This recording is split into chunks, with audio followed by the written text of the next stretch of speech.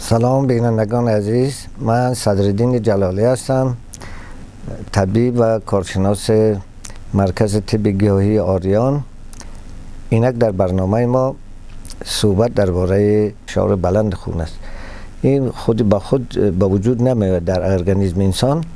این به دنبال بیماری های متعدد از قبیل بیماری های قلبی، بیماری های عروقی یا که رگ و پای ما را شرمیتی مثل که در طب البته نوین را به نام اتروسکلروز میگویند. هم بیماری های گرده، مخصوصا اگر گرده به بیماری نارسایی مبتلا باشد فشار خون حتما بلند است و به نهایت بلند میشه.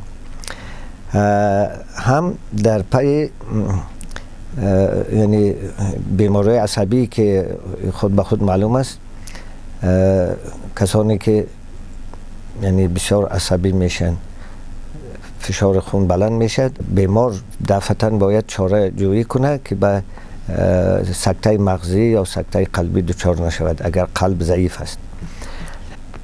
در مورد پیشگیری از فشار خون یا معالجه فشار خون یا تسکین اعصاب که به فشار خون مبتلا نشود یا دچار نشود، ما نسخه های بسیار ساده را پیشنهاد میکنیم که دسترس عموم میباشند.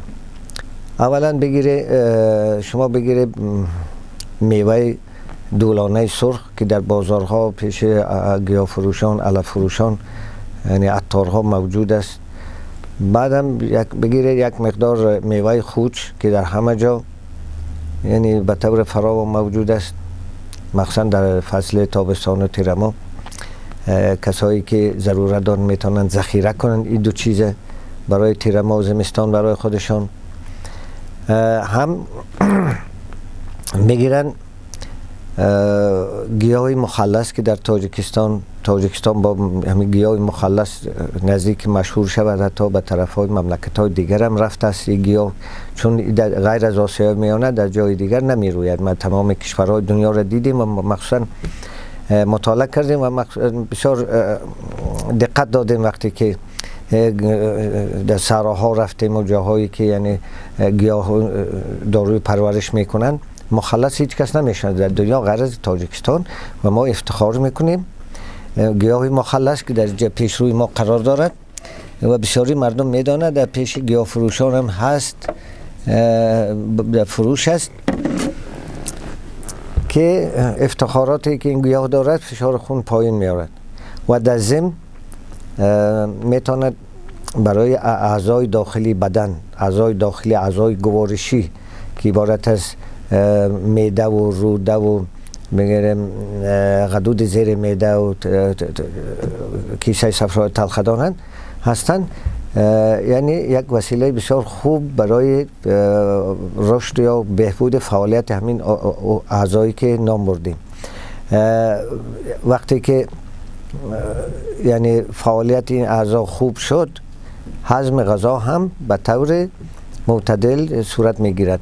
این سه چیزه باید بجوشانند و از روی آتش بگیرند، ظرف از روی آتش بگیرند و یک مقدار پوده باقی، یک مقدار هم گیاه نیازبو، میوه تتم علاوه کنند و برای یک ساعت گردم دهند و بعد از اینکه پالاندند میتونن مقدار 2، 3 یا 4 قاشق یا نیم پیاله از این دم کرده، از این جوشابه و دم کرده استفاده کنند و بعد از مدت بسیار کم 10 15 20 منوت دقیقه فشار خون چین کنند. حتما خواهند دید که فشار خون پایین آمده است، به زودی پایین آمده است.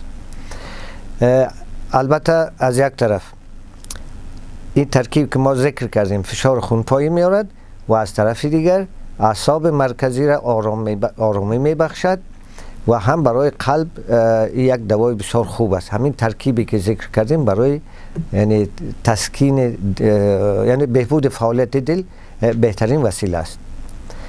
اگر یک گیاهی در دست ندارین، در جای قرار دارین که یه چیزی وسیله در دست شما نیست، قرص و تابلت نیست، یگان گیاه دیگری که حالا نام بردیم در پیش ما وجود ندارد. شما میتونید با یک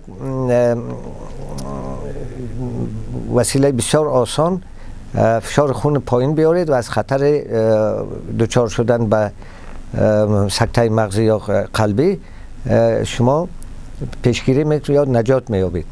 بگیرین انگشت کلان در یک چقوری که بین ستون موره و یعنی پس سر است یا استخوان سر است، یک چقوری برای 10 ثانیه ایره فشار دهید.